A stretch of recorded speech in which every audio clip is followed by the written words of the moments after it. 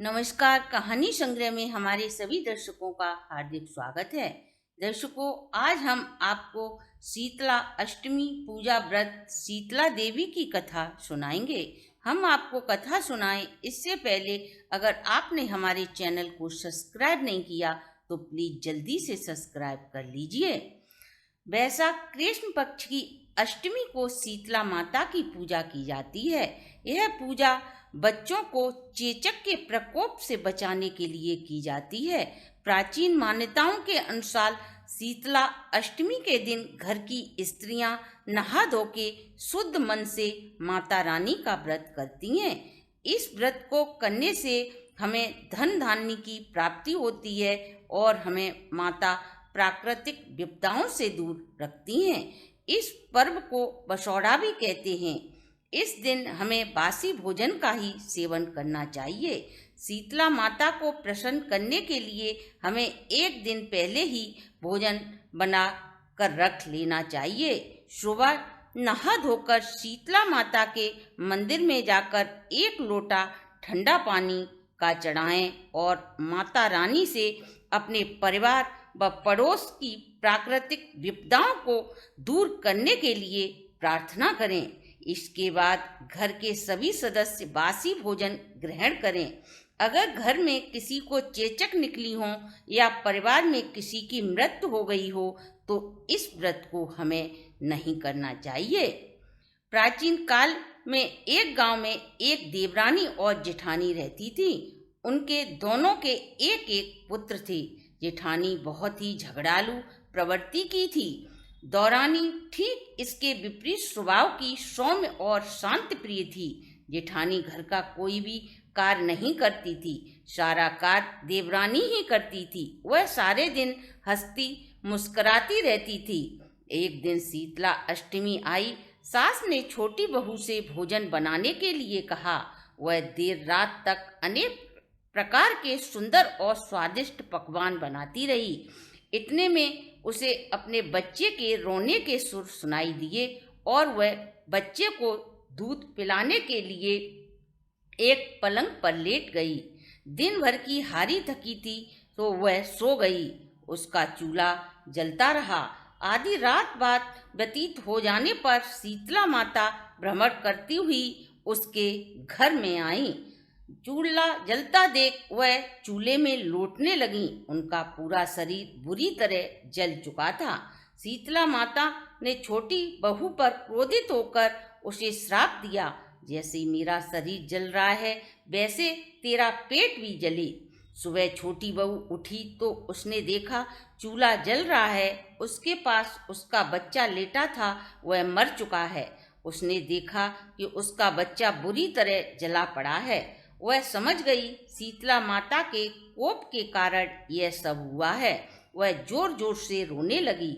उसका रोना सुनकर उसकी सास आ गई। वह बोली, बेटी रोना धोना छोड़, तू शीतला माता के पास जा, वह सब कुछ सही कर देंगी। बहू ने अपने मरे हुए बच्चे को एक टोकरी में रखा और अपनी सास का आशीर्वाद लेकर चल पड़ी। रास्ते में उसे 2 तलाई मिली। तलाई पानी से लबालब भरी थी। एक तलाई का पानी दूसरी तलाई में जाकर समा जाता था। इतना स्वच्छ और साफ पानी जो भी पीता वह तुरंत मर जाता था। तलाई बोली, बहन कहाँ जा रही हो? वह बोली, मैं शीतला माता के पास जा रही हूँ। तब तलाई बोली, शीतला माता से मेरी प्रार्थना भी कहना कि कौन से श्राप के कारण हम विषैली हैं। वह बोली, ठीक है। यह कहकर वह आगे चल दी। थोड़ी दूर चली तो उसे 2 सांड मिले। उनके गले में पाट बंधी थी। वे हर समय लड़ते झगड़ते रहते थे। वह बहू को देखकर बोले, बहन तुम कहाँ जा रही हो? वह बोली, मैं अपने पाप का निवारण करने के लिए शीतला माता के पास जा रही हूँ। वह बोले, बहन हम दोनों हमेशा आपस में लड़ते झगड़ते रहते हैं। न जाने हमारे पूर्व जन्म के कौन से पाप हैं। यदि शीतला माता आपको मिले तो हमारा दुखों का निवारण भी पूछ कर आना, तुम्हारी बड़ी कृपा होगी। वह बोली, ठीक है। और वह आगे चल दी। वह आगे चल देती है। उसने देखा एक बेर की झाड़ के नीचे एक वृद्धा बैठी है। उसके बाल बिखरे हुए थे। वह अपने दोनों हाथों से अपने बालों को खुजला रही थी। वह उस बहू से बोली, कहाँ जा रही है बेटी? मेरे सिर में बहुत जुएं पड़ गए हैं। इस टोकरी में क्या है? बहू ने अपनी सारी समस्या बुढ़िया को कह सुनाई। तुरंत बुढ़िया ने उसकी बात पर कोई ध्यान नहीं दिया। उसने अपने ही स्वार्थ की बात की। बहू बोली, माँ, मेरा लड़का तो मरा पड़ा है। मैं थोड़ी देर में शीतला माता के पास चली जाऊंगी। पहले तुम्हारा सिर देख दूं। बहू ने अपने बेटे को वृद्धा की गोद में लिटा दिया और उसके जुएं देखने लगी। जब उसके सारे जुएं निकल गए और उसका माथा ठंडा हो गया तो वह बहू से बोली, जैसे मेरा सिर ठंडा हो गया उसी तरह तेरा पेट भी ठंडा हो जाए। तभी चमत्कार हुआ। बुढ़िया की गोद में उसका बच्चा था, वह जीवित हो गया। छोटी बहू को समझने में देर न लगी कि वह शीतला माई के पैरों में गिर पड़ी और क्षमा मांगने लगी। फिर उसने दोनों तलाइयों के निवारण को माँ से पूछा। शीतला माँ ने बताया, ये दोनों पूर्व जन्म में सौतन थीं। सारे दिन झगड़ती रहती थीं। उन्होंने कभी किसी की कोई मदद नहीं की, यहाँ तक कि किसी को छाछ भी नहीं देती थीं। यदि मांगने पर देती थीं तो उसमें भी पानी मिला देती थीं। अब तू जा और उन तलाइयों का पानी पी लेना। तेरे पीने से वह पानी मीठा हो जाएगा। इसके बाद दोनों सांड के निवारण के विषय में पूछा तो वह बोली, ये दोनों सांड पिछले जन्म में दौरानी जेठानी थे। कभी भी घर का कोई कार्य नहीं करते थे, न पीसा, न कूटी, न झाड़ू। सारे दिन झगड़ा करते रहते थे। अब तू उनके पाटे खोल देना, जिससे वह लड़ना छोड़कर प्यार से रहने लगेंगे। छोटी बहू सबका निवारण पूछकर अपने बच्चे को साथ लेकर चल दी। रास्ते में उसे दोनों सांड मिले। उसने उनके दोनों पाटे खोल दिए। अब वह तलाई के पास पहुंची तो उसने उसका पानी पिया।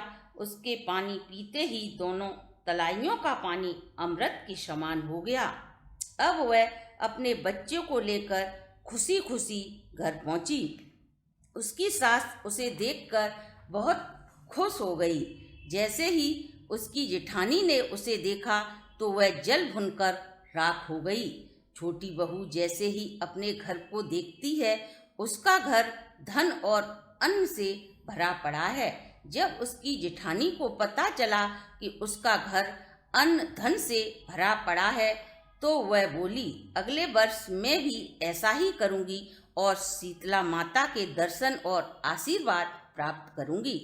अगले वर्ष जब शीतला सप्तमी आई तो उसने रात में चूल्हा जला छोड़ दिया। जब शीतला माता आई तो चूल्हे में लौटने लगीं और उनका सारा शरीर जल गया। उन्होंने बड़ी बहू को श्राप दिया, जैसे मैं जली वैसे तेरा पेट भी जले। सुबह जब जेठानी उठी तो उसने देखा उसका लड़का मरा पड़ा है। उसे कोई दुख नहीं हुआ, बल्कि वह तो बहुत खुश थी। उसने लड़के को टोकरी में डाला और वह चल पड़ी। रास्ते में शीतला माता के दर्शन करूंगी, वह बड़ी खुश थी। आगे गई तो उसने दोनों तलाइयों को देखा। तलाइयाँ उससे बोली, बहन कहाँ जा रही हो? वह बोली, देखती नहीं मेरा लड़का मरा है, मैं शीतला माता के दर्शन को जा रही हूँ। आगे पहुँची वे दोनों बैल मिले तो उन्होंने कहा, बहन कहाँ जा रही हो? वह बोली, मैं शीतला माता से मिलने जा रही हूँ। वह बोले, मेरी भी एक समस्या है, शीतला माता मिले तो पूछ लेना। वह बोली, देखता नहीं मेरा बच्चा मरा पड़ा है, मैं अपनी ही समस्या से परेशान हूँ। और वह आगे चल दी। आगे चलकर उसने देखा कि एक झाड़ के पेड़ के नीचे एक बुढ़िया बैठी है। वह बोली, बेटी कहाँ जा रही हो? आ बैठ, मेरे सिर में जुएं हैं, उसे देख। तब वह बोली, बैठी रहे बुड्ढी, तुझे जुएं की पड़ी है। इधर मेरा लड़का मरा पड़ा है, मैं शीतला माता को ढूंढ रही हूँ। इसी तरह वह सारे दिन घूमती फिरी उसे कहीं भी शीतला माता के दर्शन नहीं हुए। वह ऐसी ही थी। उसने कभी किसी का भला नहीं किया, न किसी के लिए अच्छा सोचा। जैसा कर्म वैसा फल भोगना ही पड़ता है। वह रोती चिल्लाती घर पहुंची और मरे हुए लड़के को आंगन में लेकर विलाप करती रही। जो दूसरों को दुखी देखकर खुश होता है, वह कभी भी सुख नहीं उठा सकता। जय हो शीतला माई की। दर्शकों, ये थी हमारी आज की वीडियो। अगर आपको अच्छी लगी हो तो आप हमारे चैनल को लाइक, सब्सक्राइब और शेयर करें।